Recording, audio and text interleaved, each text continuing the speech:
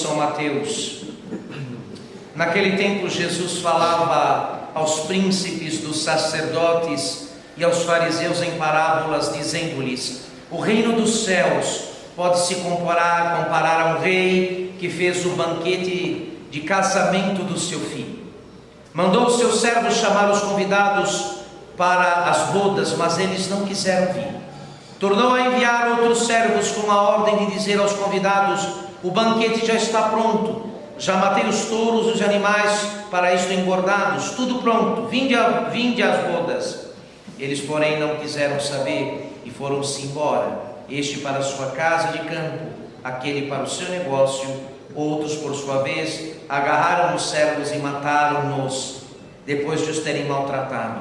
O rei, ao ter conhecimento disto, irou-se, mandando os seus exércitos, exterminou aqueles homicidas, incendiou-lhes a cidade. Então disse aos servos: o banquete estava pronto, mas os convidados não foram dignos. E depois as encruzilhadas dos caminhos, e convidai para as bodas todos os que encontrardes.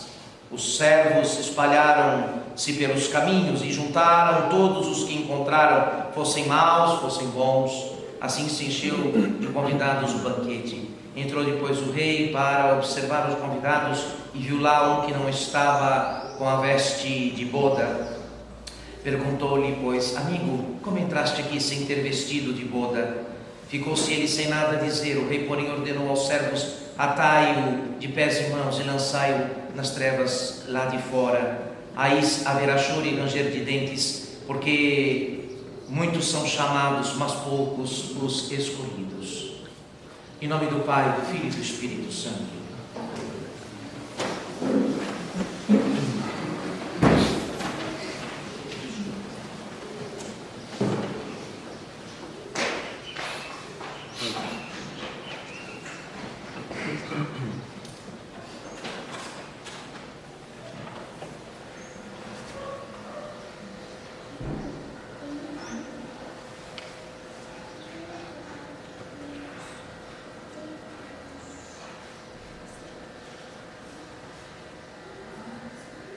Meus caros, todos nós fomos chamados à fé. Muito grande é o número dos que foram chamados à fé. No entanto, quantos serão escolhidos para a vida eterna? Quantos, ao fim e ao cabo, serão encontrados com aquelas disposições necessárias para o ingresso na eternidade bem-aventurada? Muitos são chamados, poucos são escolhidos. Essa exortação de nosso Senhor deve nos fazer recordar de uma coisa importante, que é a fé, este dom pelo qual se tem acesso aos bens da eternidade. Ela não é uma realidade de fato, no sentido de que, bom, eu tenho fé, a terei para sempre. Não é bem assim. Não tínhamos fé, a recebemos como um dom infuso no batismo, como um item daquele cortejo de graças e virtudes, para depois dar amparo e suporte à graça santificante recebida no batismo. Mas é preciso correspondência.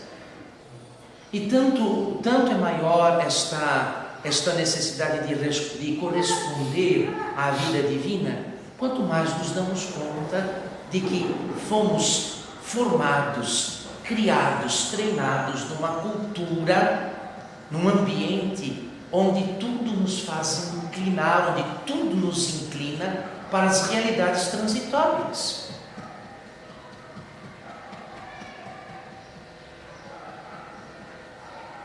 Teremos muito mais, meus caros, um envelope com um exame que de repente nos descubra que somos portadores de uma doença incurável, se abrir. E tememos muito mais pelos bens do corpo do que propriamente pelo bem da alma. Quem está preocupado com a possibilidade de se separar de Deus eternamente? E nosso Senhor nos exorta: muitos são chamados, muitos foram chamados à fé, muitos inclusive que nós conhecemos e que a abandonaram,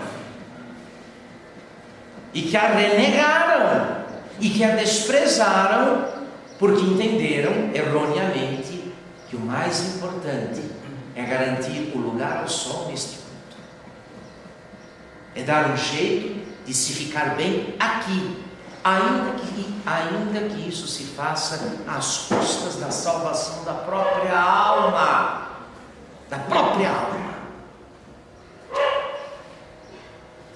Por isso, muitos são chamados, poucos serão os escolhidos.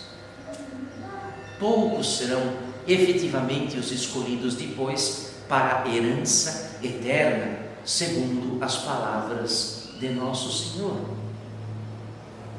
Aqui está na parábola o relato, assim, de modo sucinto, sumário, da história da salvação. Primeiro, o Israel de Deus, o povo de Israel, que recusou as núpcias do Filho de Deus, as núpcias de Cristo. Depois, a expansão da fé pelo trabalho dos apóstolos e dos santos por todo o mundo, chamando o conjunto dos povos à fé cristã. Mas destes todos, incluído nesse número nós mesmos, dos que tivemos a alegria e a bem-aventurança de ouvir o chamado à fé, quem será efetivamente escolhido para o fruto da fé, que é a vida eterna? Isso deve nos chamar a atenção, senhores, porque perdemos praticamente esta preocupação. São vários os motivos que nos fizeram chegar a esta situação dramática. Mas entre eles, inclusive, a confiança numa misericórdia de Deus com a qual não se pode contar. Uma vez que Deus é misericordioso com quem quer emendar a vida, não com quem abusa da misericórdia para continuar pecando e dizer: Deus perdoa tudo.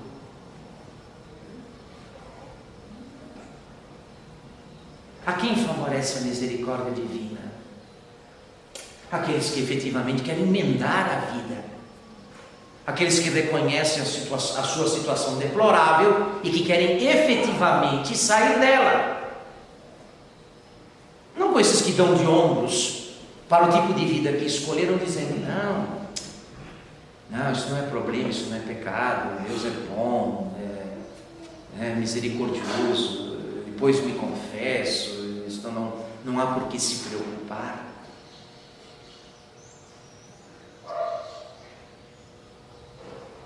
Todos nós aqui,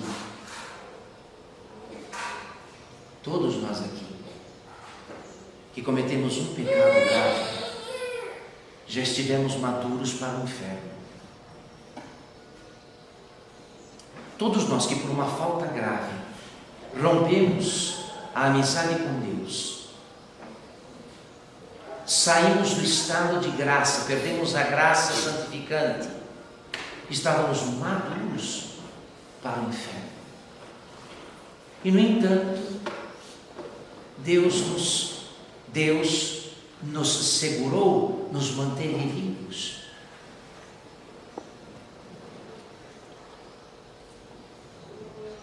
Todos nós aqui somos testemunhas vivas da bondade de Deus. Nós que já ficamos maduros para a eterna separação de Deus mais de uma vez, quiçá incontáveis vezes, quem sabe o número de suas faltas, quem ainda tem a conta de seus pecados graves. É coisa que rapidamente se esquece, porque pouco se pensa nela.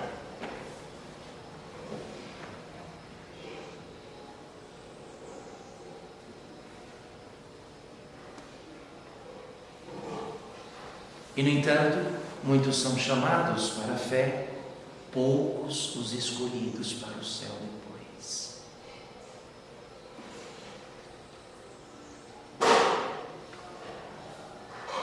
Meus caros, precisamos agora rever efetivamente se nossas prioridades, e vocês sabem, nós, homens e mulheres deste tempo, desta época, nos equiparamos, sobretudo nesse detalhe, corremos muito.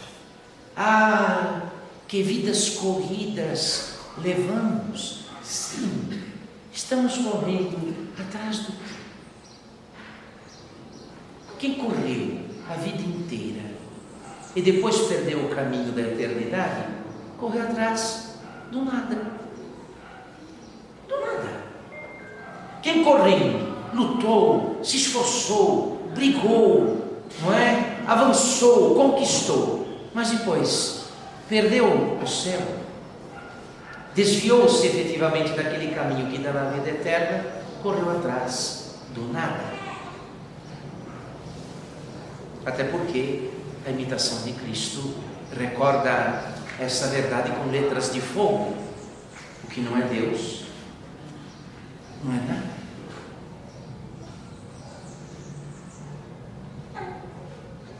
O que não é Deus, não é nada. Por isso, exortados tanto pelo aviso que nosso Senhor dá, como o fato de que nós mesmos, nós somos um evangelho para nós. Nós somos um testemunho vivo para nós mesmos. Do que, Padre? De que Deus é paciente e misericordioso, de que Deus quer nos salvar. Porque eu falei e repito, mais de uma vez demos provas de nossa completa madureza para a condenação eterna.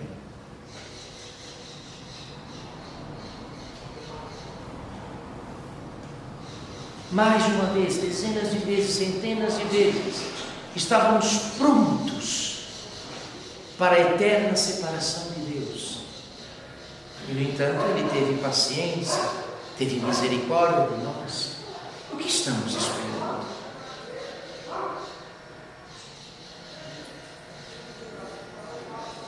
O que estamos esperando? Uma vez nos lembra também o grande santo Agostinho de Hipona, dizendo: olha, Deus não precisou de você para te criar. Deus que te criou sem ti, não te salva sem ti. Para te criar não precisou da tua colaboração, da tua cooperação, mas para te salvar precisa. E eu não canso de repetir aqui deste ambão, deste púlpito para esta paróquia: todos os que foram no céu, qualquer eleito que está no céu, está porque quis. Quis.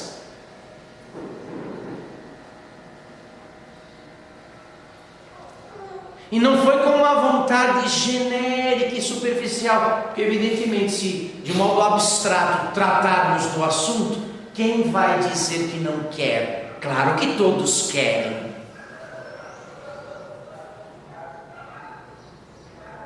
Todos querem. Quantos, porém, agem em ordem à vida eterna?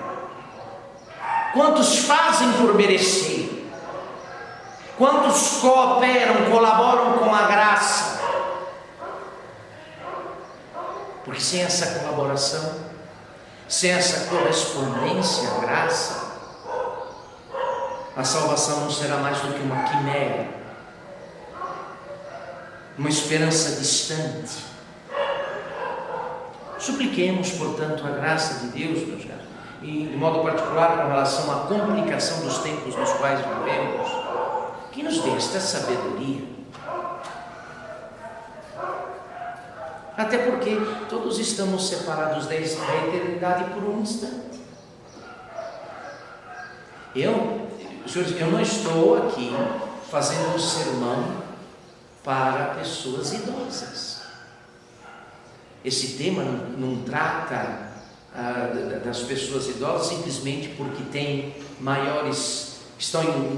correm maior risco de morrer a qualquer momento. Todos nós corremos esse risco.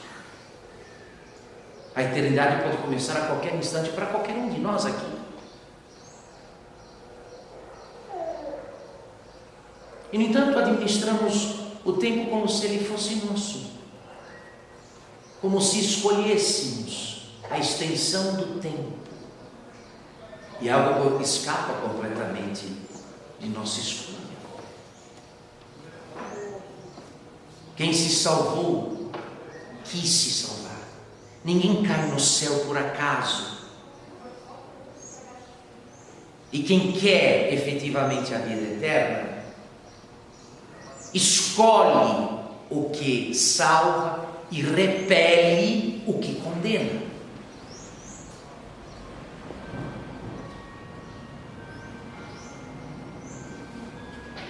Eu espero então, tendo ouvido Nosso Senhor afirmar no Evangelho de modo tão severo e grave, que muitos são os chamados, poucos são os escolhidos, chamados à fé, quantos foram? Todos nós aqui conhecemos gente, desde a nossa infância, nos tempos da catequese, da primeira Eucaristia, da primeira comunhão. Depois, não é, quando a vida foi avançando, quando o tempo foi passando, quantos começaram e não terminaram a obra da fé? Uma vez que a fé como virtude, ela pode ser aumentada, ela pode ser diminuída e ela pode ser perdida. Ela pode ser perdida. Ela pode ser perdida. Isso não nos assusta. Nos assusta a possibilidade de perder algum bem muito estimado, algum bem material. Nos perturba a possibilidade de uma enfermidade, a possibilidade de perder um afeto humano, que alguém de repente deixe de gostar de nós, o quanto achamos que merecemos o afeto alheio. Isso sim, nos tira o sono,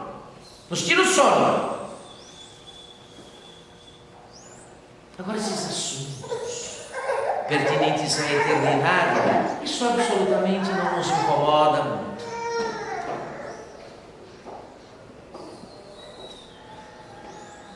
E, no entanto, eu digo a vocês, meus caros, os que se salvaram foi porque quiseram e querendo tomar as providências para orientar a própria vida na direção da eternidade. Na direção da eternidade.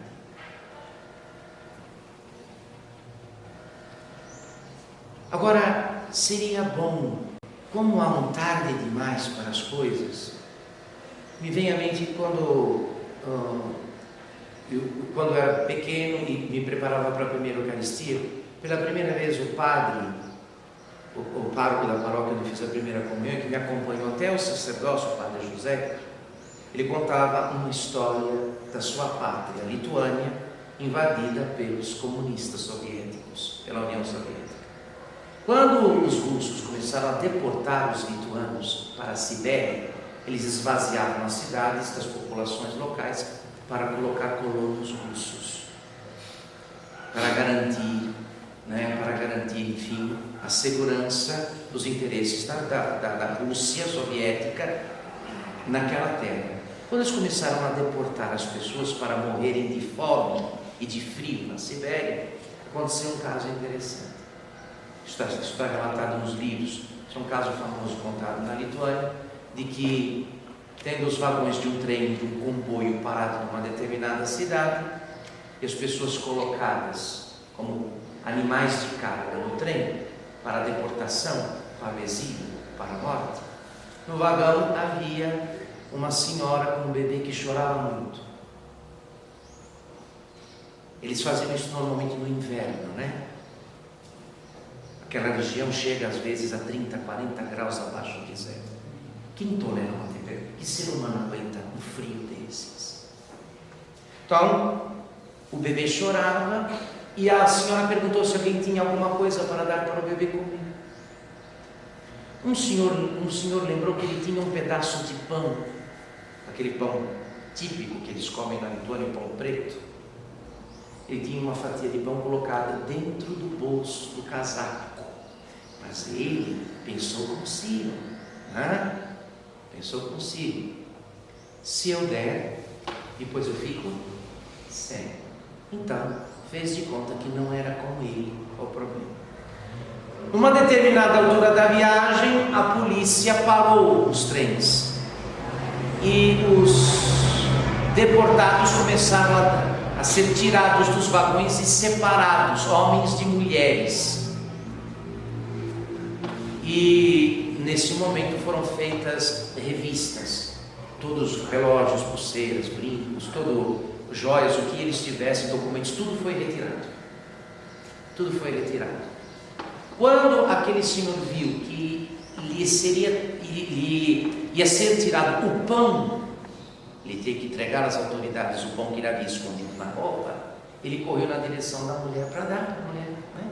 Olha aqui, o pão, dá para o teu bebê. Ela olhou para ele e falou: não precisa, e já morreu. Não precisa, já está morto.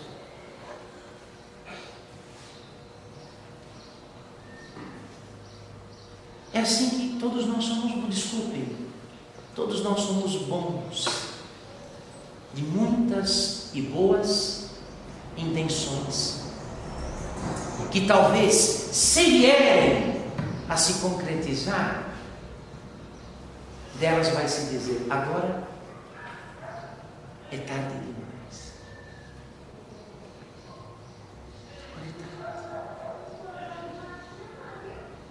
Quem garante que essas providências que precisamos tomar com relação a uma série de aspectos da nossa vida pessoal, da nossa vida cristã, quando ao fim e ao cabo se efetivarem, vai se dizer delas: agora é tarde demais.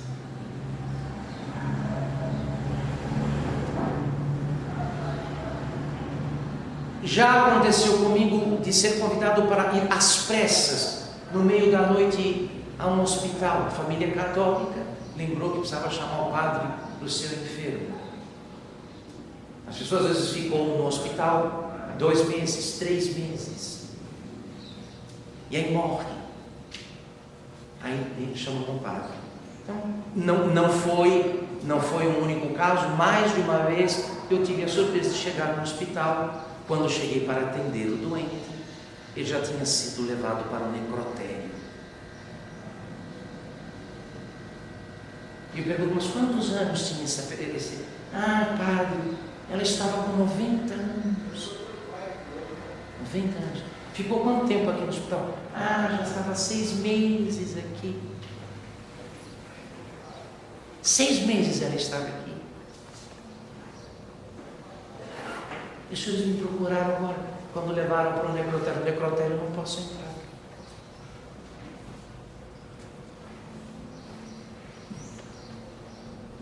Então tem muita gente cheia de boas intenções, que olha de bondades assim, sublimes, que provavelmente nunca vão se efetivar. E caso se efetivem, delas vai se dizer: é tarde demais. É tarde demais.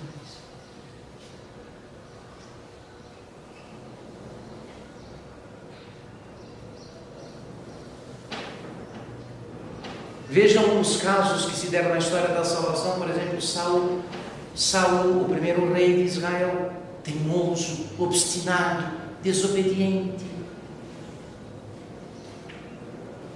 Achou também que porque era rei, nem Deus podia com ele. Um dia o profeta lhe avisou: o teu reino está encerrado. Acabou o teu reinado. O teu reinado acabou, vai ser dado a Davi.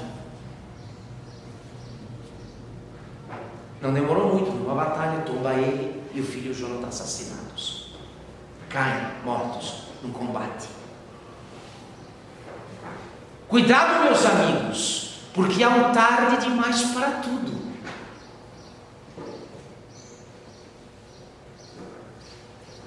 Esse é o problema. E como dizem os santos, talis vita, finis vita. A gente morre como a gente vive. Se morre como se vive, talis vita, finis vita. Tal vida, tal morte. Muito provável que naquela hora derradeira para a qual pedimos tão grave, essa hora derradeira tão grave, para a qual pedimos a materna assistência da Virgem cada vez. Santa Maria, Mãe de Deus, rogai por nós pecadores, agora e na hora da nossa morte. Não é? É muito provável que naquela hora derradeira você vai se encontrar nas mesmas condições nas quais habitualmente você viveu. Quem daqui está em condições efetivas de partir para o céu agora? Quem de nós pode se aproximar de uma janela como o Padre Pio nos seus últimos instantes e dizer: estou pronto, estou pronto, estou pronto.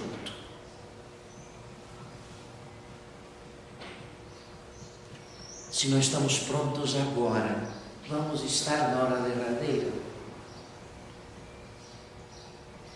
Você não está pronto agora? Não está. Ah, meu irmão, vai estar na hora derradeira. A gente mora como a gente vive. É muito. Olha a probabilidade de você estar assim, do jeito, no seu último momento, como você está agora, é muito grande, meu querido. E nós mentimos para nós mesmos, reverberamos uma ideia diabólica nos esquenta a cabeça. Depois você vai ter tempo, isso passa, isso muda. Não, calmo, não muda nada. Por quê? Sabe por que não vai mudar? Porque você não quer que mude. Você não quer que mude. Não estão pregando aí o português prosaico. Vamos empurrando com a barriga. Com a barriga. Nos exorta o Espírito Santo nas Escrituras Sagradas. Hoje, se ouvirdes a voz do Senhor, hoje, não endureçais os vossos corações. O que eu tenho para me salvar? Uma coisa chamada hoje. Só.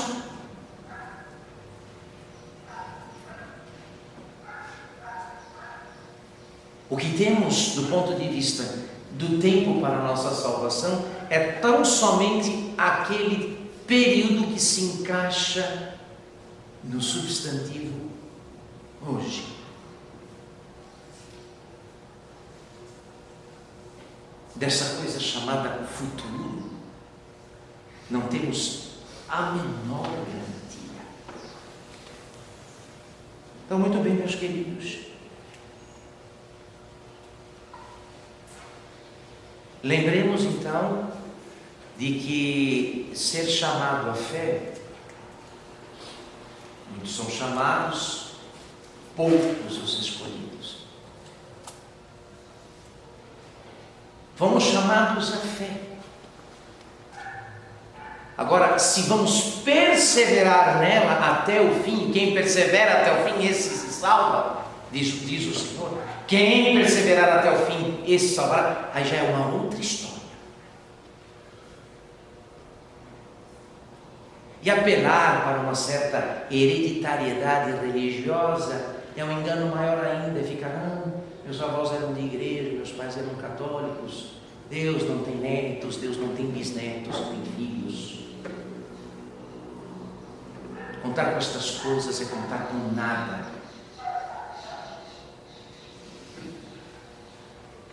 Se os senhores tiveram, não sei se tiveram a experiência de ver o que acontece nas filas de senhoras e de pais que aguardam a entrada nos presídios para ver os seus filhos e netos que estão lá dentro.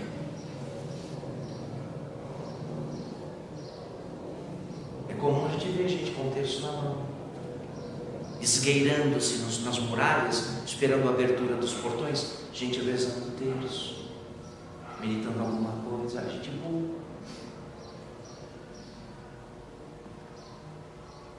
Gente piedosa, está ali. Pais, mães, avós, cheios de piedade, parentes de gente que não tem piedade aqui? Nenhuma. Adiantou muito pouco a piedade do pai ou da mãe, a devoção do pai ou da mãe, a religião do pai ou da mãe, adiantou pouco. Quando chegou a hora dos filhos e netos escolheram o oposto. Por isso, caríssimos, enquanto Deus tem tido paciência e misericórdia de nós e exortados por estas sérias palavras de Cristo, uma vez que fomos chamados à fé e não temos garantia nenhuma que seremos escolhidos para a vida eterna, não obstante tenhamos sido chamados à fé, é bom não brincar.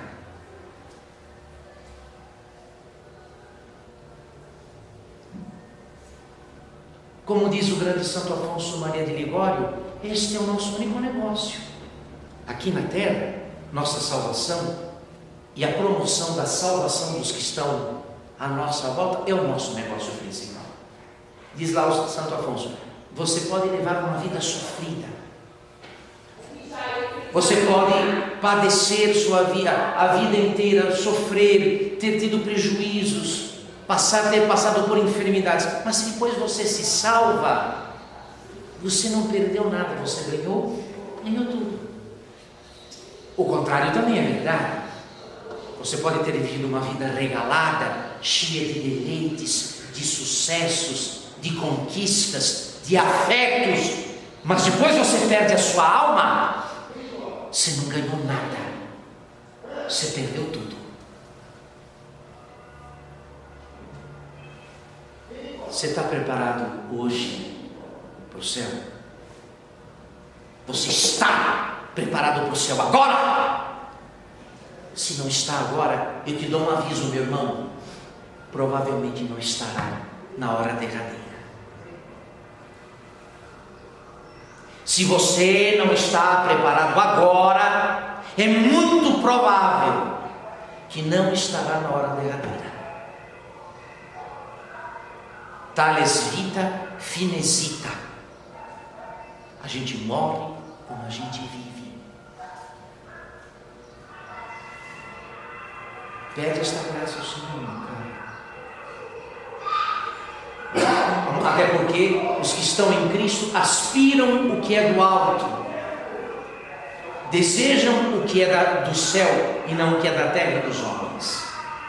Essa é a nossa nota distintiva. Que o bom Deus e sua Santíssima Mãe nos ajudem a criar o juízo necessário quanto a essa questão decisiva.